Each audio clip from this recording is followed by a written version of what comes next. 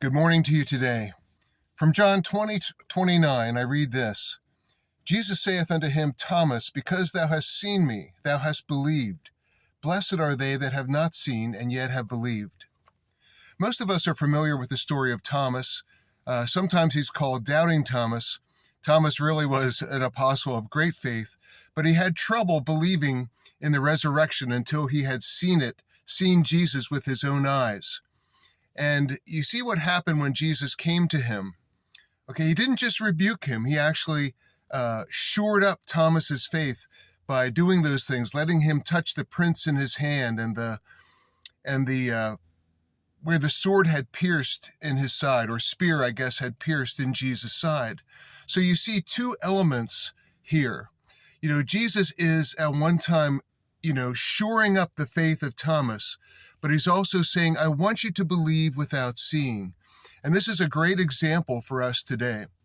Hebrews 11:1 says that faith is the evidence of things not seen, the substance of things hoped for.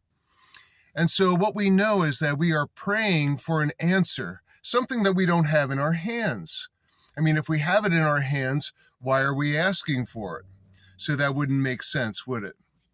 And so this is something, because later in Hebrews it also says that without faith it is impossible to please God, for whoever comes to him must believe that he is, and that he is a rewarder of those that diligently seek him. And so the point I want to make is that when we cry out to God, we must believe, in other words, expectant prayer, that he will answer. Sometimes he allows us to see. This encourages our faith and it builds us up. But sometimes the answer is long in coming, and sometimes we may not see it. Even as we think of perhaps the case of George Mueller, again, that saint from the 19th century, he was said to have prayed for the salvation of two of his near associates, friends, for over 60 years. And what I understand is one of them came to the Lord about a week before George Mueller died, and the other came after he died in the body. So you see, we may never see it, but let's believe that God has heard our prayer, and he has heard our prayer, believe me on that. So we want to believe without seeing.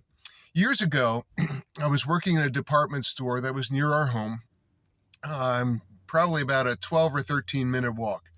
And I was getting done with work one day. It was about 1 o'clock in the afternoon. I was coming home, and it was a bright, sunny, hot summer day, but I heard thunder. I mean, that's what it sounded like, but there was no evidence of a storm. It was thunder. It was pretty loud. And I'm like, am I really hearing that? I don't see anything. Does that sound like faith? I'm hearing, but I'm not seeing. So nonetheless, I was walking, and it was a while. I think I was about maybe 3/4 of the way home before I started seeing a dark spot in the area the sound was coming from on the horizon. But it occurred to me, I said, wow, if I am hearing this storm in this way without seeing it, I mean, this could be a really bad storm. My wife and I love thunderstorms and such, but we realize there is a danger. And so when I was home, I mean, I really prayed. I gave it to the Lord. I asked for the beneficial rain, thanking him for that in advance. I said, but, please protect us from anything damaging, and protect those around us from anything damaging. And so as I sat there, the rain finally got there. And when it did, we had about 45 minutes of a very beneficial rain. It was just a nice rain. In fact, all during the rain, there was no violent wind or really crashing thunder or lightning over us. Now, here's the thing. When that happens, our tendency, as humans, say, well, I guess I didn't need to pray about anything, did I? It wasn't so bad, was it? No. God heard that prayer, and he answered that prayer. And he allowed me to see this the next day as right there in the headlines in the newspaper. It was violent storm causes $2 million worth of damage in county. And this was the headline of the local paper.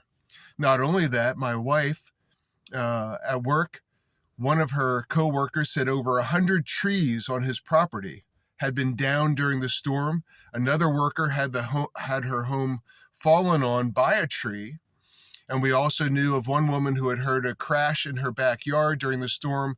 She'd gone out to see what it was, and she was electrocuted, for the electric wires had fallen and were on the ground. And so the Lord allowed me to see what a good idea it was to pray. But if I had never seen that, if I hadn't seen a newspaper that day, what would I have thought? And no, we take for granted that God has heard and answered our prayers, whether we see it or not. But he will allow us to see it. It builds our faith, which is in the same way he did with the Israelites. He kept referring to the Red Sea, to the parting of the Red Sea. Remember the things that I have done for you. And that is an encouragement to faith. But I encourage you today to pray and believe that God has heard and answered your prayer, whether or not you have yet seen an answer or whether you will see an answer. He has it in his hand.